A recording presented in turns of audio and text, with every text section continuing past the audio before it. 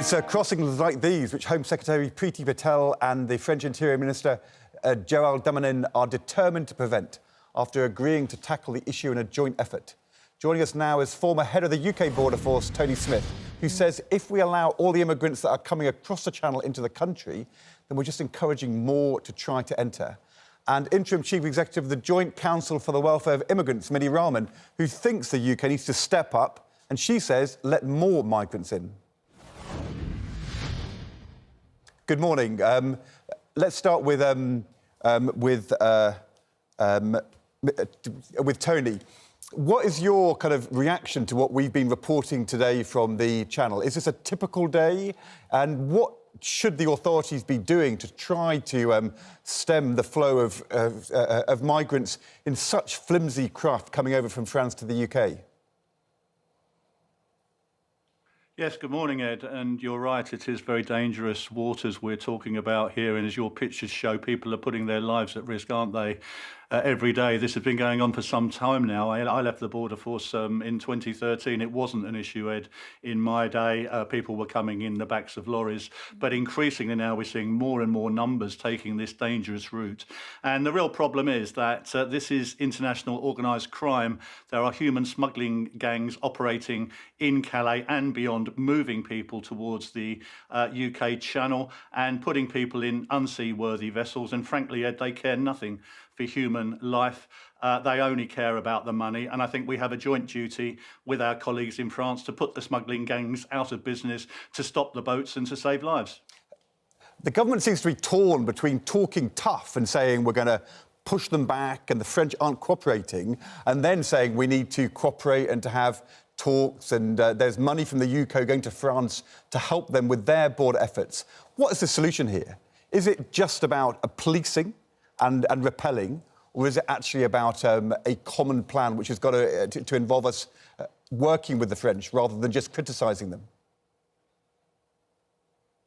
Well, I saw your interview with the Greek Prime Minister earlier on, and he said rightly that what you need to control borders properly is collaboration, Ed, on both sides. And we've always had very good agreements with France. I spent a lot of time there when I was in charge of the Border Force talking to them, and we have done a lot of work together with them on joint activities to put the smuggling gangs out of business. But what's happened here, this is a new loophole that's been found, essentially by evading the controls on the French side. You can get onto the water.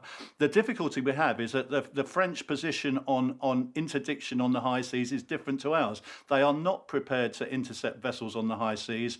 They are prepared to make sure people don't drown, but they are being shepherded effectively towards UK waters. Once they reach our territorial waters, Ed, as you well know, they can then apply for asylum in this country. That disempowers the Border Force officers from actually doing very much other than a humanitarian function to make sure they're safe and well. And then they go into our asylum process, and that is a continuing cycle, you see. And the more that succeeds, Ed, the more the human smuggling gangs continue to gain a supply chain, and so we are really struggling, I think, to get that agreement with the French, which I've been advocating for some time now, which is joint patrols, perfectly acceptable under international law between ourselves and the French.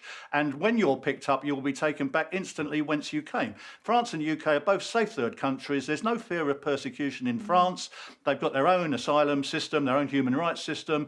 And my main problem is with the human smuggling gangs that are behind this. And Minnie Rahman from the Joint Council for the Welfare of Immigrants, when you see these pictures we've been reporting this morning, what's your reaction and what's your kind of policy response? What should the government be doing?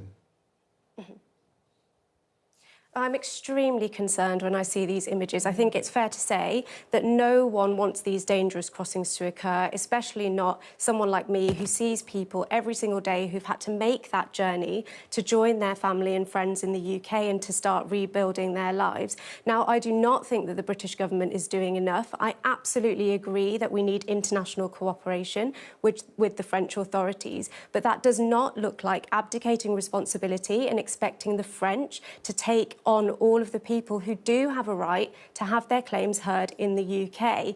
Now, over the last few years, and increasingly over the last few months, we've heard a strong rhetoric from the government talking about pushing people back and tackling people smugglers and traffickers.